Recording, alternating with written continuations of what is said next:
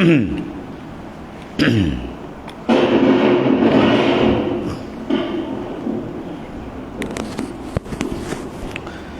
حضرة النبي مصطفى رسول الله صلى الله عليه وسلم آله الكرام شهر الفاتحة إياك نعبد وإياك نستعين اهدنا الصراط المستقيم صراط الذين غير المغضوب عليهم ولا الضالين حول ولا قوة إلا بالله العلي العظيم.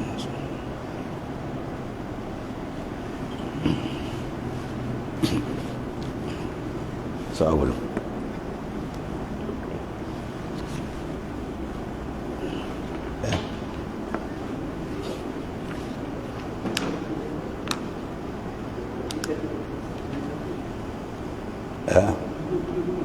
tiga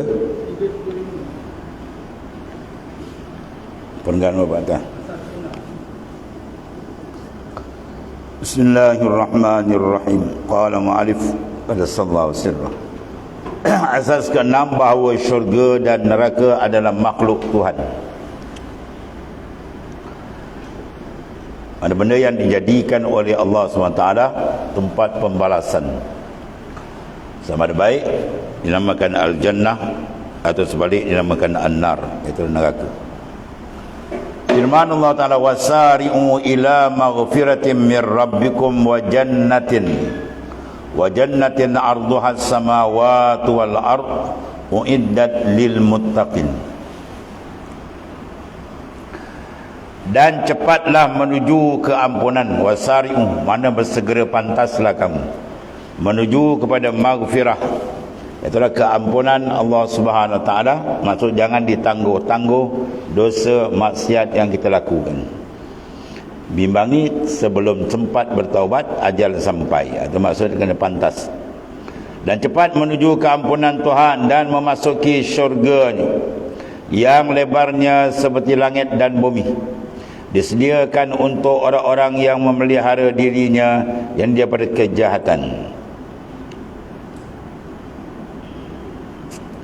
Jadi maknanya apa sini? Disediakan, uiddat. Bermakna dia adalah makhluk yang dijadikan, disediakan, mana yang dijadikan oleh Allah Ta'ala untuk orang-orang yang taat dan ikhlas dalam melakukan ketaatan dia kepada Allah Ta'ala.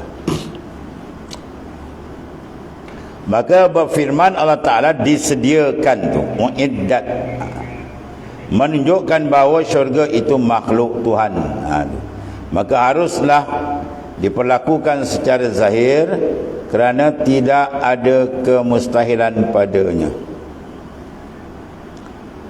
Dan tidak dikatakan bahawa tidak ada faedah dijadikan syurga dan neraka itu sebelum hari pembalasan. Syurga neraka dah ada, apa faedah? Ya, orang belum ada lagi, dah belum kiamat. Kerana Allah SWT tidak ditanya daripada perbuatannya, sedang mereka itu manusia ditanya. Ya, kenapa pula Tuhan jadikan awal? Kan? Orang belum habis lagi, belum kiamat. La yus'alu amma yaf'alu wa hum yus'alun. Jangan tanya apa aku buat, Tuhan kata. Kau standby, aku nak tanya. Tuhan nak buat, tak payah petikai, itu hak dia. Ya, ada benda yang kita boleh tanya, ada benda yang kita tak boleh nak tanya. Hikmat-hikmat yang Allah Ta'ala lebih mengetahui. Jadi oleh kerana itu, kamu jangan tanya benda yang aku buat, Tuhan kata. Kamu standby, aku nak tanya. Habis. Jadi hubungan daripada ayat ni ialah etikad kita, syurga dan neraka itu adalah makhluk. Mana kejadian Allah letakkan untuk simpanan dua tempat, azab ataupun nikmat ataupun azab. Ketujuh, asas yang ketujuh bahawa imam yang benar sesudah Rasulullah SAW ialah Sayyidina Abu Bakar As-Siddiq. Ya, nak menerap pahaman Syiah yang macam-macam. Dalam bab ni banyak keliru hingga berlaku ya, perkara yang berlaku. Ya, itulah perbalahan dan sebagainya. Kemudian Sayyidina Umar, kemudian Sayyidina Utsman, kemudian Sayyidina Ali radhiyallahu anhum ajma'in. Dan tidak ada sekali-kali ketentuan daripada Rasulullah sallallahu alaihi wasallam kepada seorang imam sahaja, tak ada. Ya.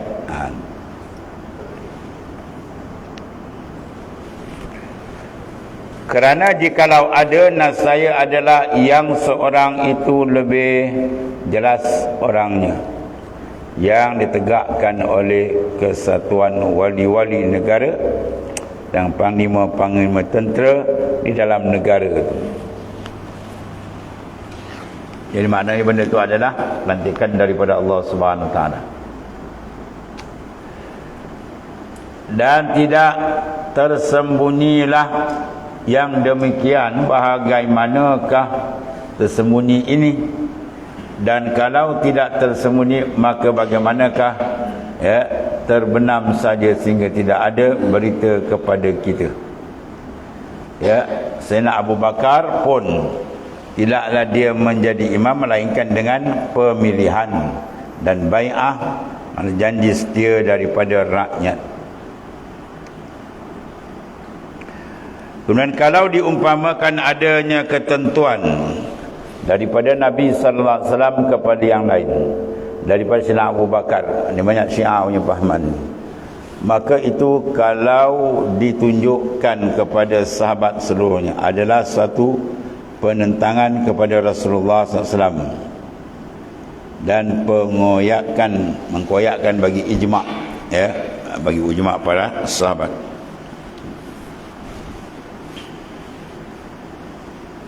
Kemudian cara yang demikian tidak ada yang berani melakukan selain daripada golongan Rafidhi. Siapa Rafidhi? Kementerian Rafidhi itu. Dia buat Rafidhi atau dipanggil golongan Rafidah, iaitu golongan Syiah. Syiah kitab-kitab lama panggil Rafidah. Bukan Rafidah Aziz atau Rafidhi itu. Golongan Rafidhi, makna golongan Syiah. Dia saja yang lorat-lorat. Jadi Imam 12 lah. Macam-macam.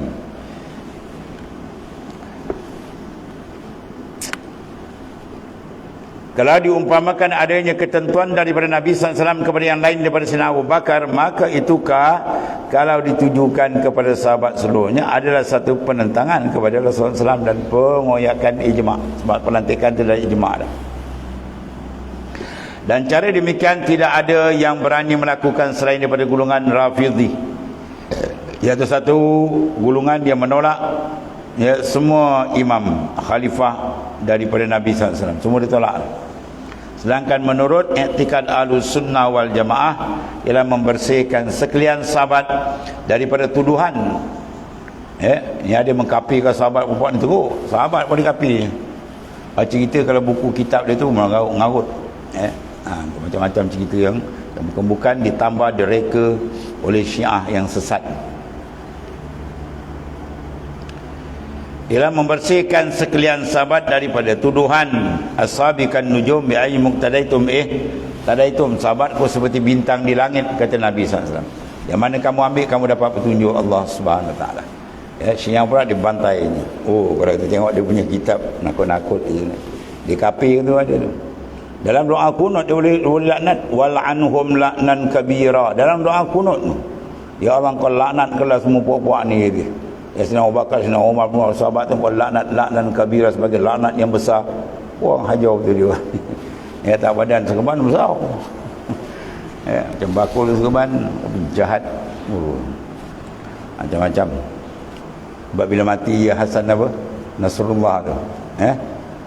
Buat-buat Syria kata bagus bila dia mati. Dia sebenarnya menghentam rakyat Syria yang dibunuh, dia yang membantu. Sebelum kita bunuh Yahudi, dia kata kita bunuh Sunni dulu. Sunni kita ni bawa teruk. Dia mengkafirkan Sunni saja kan. Apa hukum kalau orang kafirkan Islam? Kafir tu balik kat siapa? Man kafara mu'minan faqad kafar. Siapa kafir kaum Islam, kafir tu balik kat dia balik. Kalau dikafirkan kita, tak ikut tadi, tak ibu iman pula, tak sah iman. Terang-terang dia kafir. Teruk Syiah ni memang teruk ni. Habis tu. Banyak sekarang ni. Dah lambat-lambat dalam Malaysia. Tak dikawal kan. Tak dikawal tu dia jadi.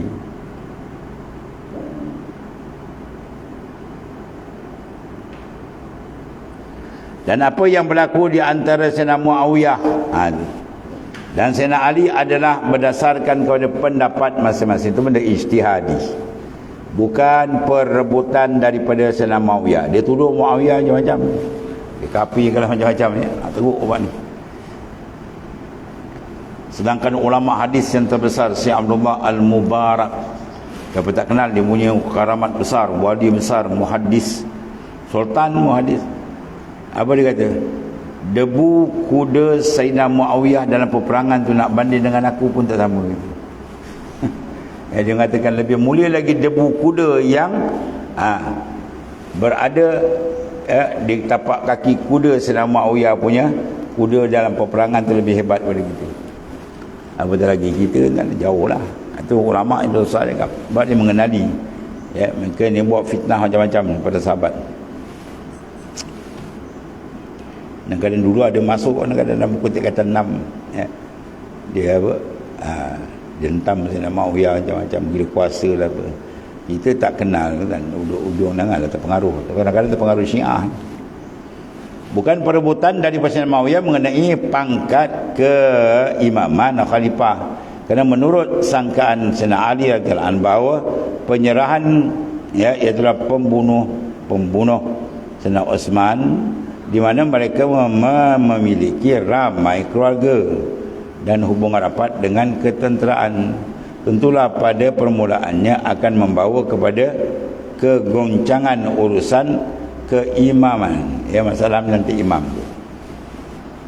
Dari itu Sayyidina Ali berpendapat bahawa mengundurkan penyerahan itu adalah lebih tepat, undurkan dulu. Tetapi menurut sangkaan Sayyidina Muawiyah bahawasanya pengunduran urusan pembunuhan serta demikian besar penganiayaan yang dilakukan mereka adalah mengakibatkan satu tamparan kepada pemuka-pemuka umat dan membiarkan darah bertumpahan begitu saja. Situ mereka nak mana nak dulukan. Berkata ulama-ulama kenamaan bahawa tiap-tiap orang yang berijtihad mengeluarkan pendapat adalah benar, dan berkata segulungan lagi yang benar itu satu, dan tidak ada orang yang mengharapkan hasil yang baik menyalahkan Ali sekali-kali, tak ada. Itu maknanya kita ahli sunnah wal jamaah, kita menerima sahabat. Benda-benda yang berlaku sikit itu adalah benda ijtihadi saja. Kemudian asas yang ke-8, bahawa kelebihan para sahabat itu adalah menurut nama urutan mereka. Siapa yang pertama? Sayyidina Abu Bakar As-Siddiq. Bahkan banyak kelebihan-kelebihan, karamat dia, kelebihan dia, pujian Rasulullah SAW kepadanya banyak. Sehingga lawizna imanu Abi Bakrin bi imanin alamin darajat imanu Abi Bakrin. Kalau ditimbang iman Sayyidina Abu Bakar dengan isi dunia penuh semua ni, saya lebih berat iman Sayyidina Abu Bakar, menunjukkan apa? Tahap dia telah bertinggi di sisi Allah Subhanahu wa taala dengan pujian baginda sallallahu alaihi wasallam. Dan banyak lagi lah.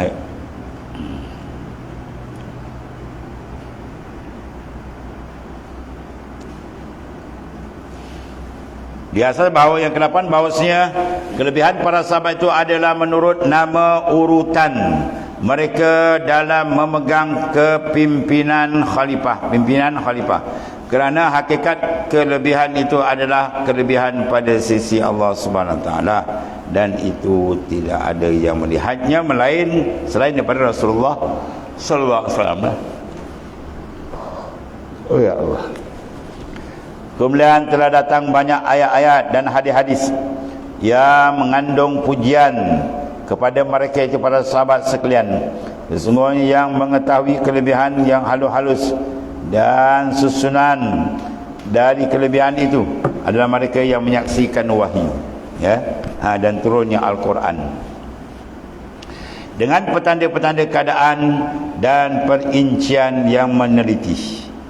Kalau tidaklah mereka memahami yang demikian, maka tidaklah mereka menyusun urutan seperti itu, kerana mereka adalah ditimpakan dengan cacian orang yang mencaci tentang Allah Subhanahu Wa Taala, dan tidaklah mereka diselewengkan oleh penyelewengan daripada kebenaran.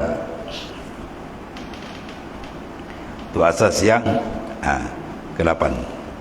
Dan satu lagi asas yang ke-9, bahawa syarat-syarat untuk menjadi imam sesudah Islam dan masalah taklif, ya, masalah dewasa dan berakal, adalah 5. Pertama, laki-laki.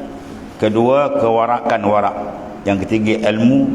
Kemudian kesungguhan dan suku Quraisy. Sabda Rasulullah SAW, a'immatu min Quraisy. Imam tu daripada Quraisy, menunjukkan satu apa, kemuliaan bangsa Quraisy.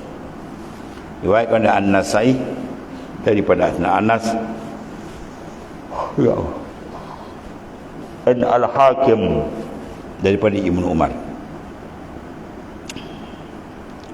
Kemudian apabila terdapat beberapa orang yang mempunyai sifat-sifat yang tersebut tadi, maka yang menjadi imam ialah orang yang mendapat kepercayaan, kesetiaan mana bai'ah daripada jumlah terbanyak dan penduduk.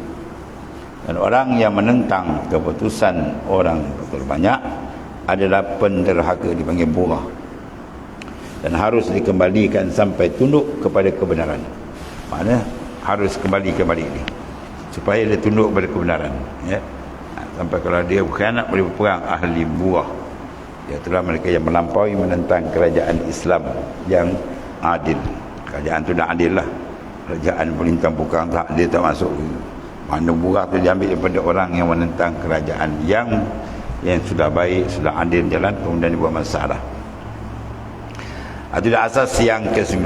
Kemudian semakal asas yang ke-10, bahawa jikalau sekala terdapat warak dan ilmu mengenai orang yang akan memegang jawatan imam, sedangkan menolak menimbulkan kekacauan, hanya akan dibahas masalah pelantikan berhubung dengan masalah al-war'uf, kewarakan imam itu sendiri. Wallahu a'lam.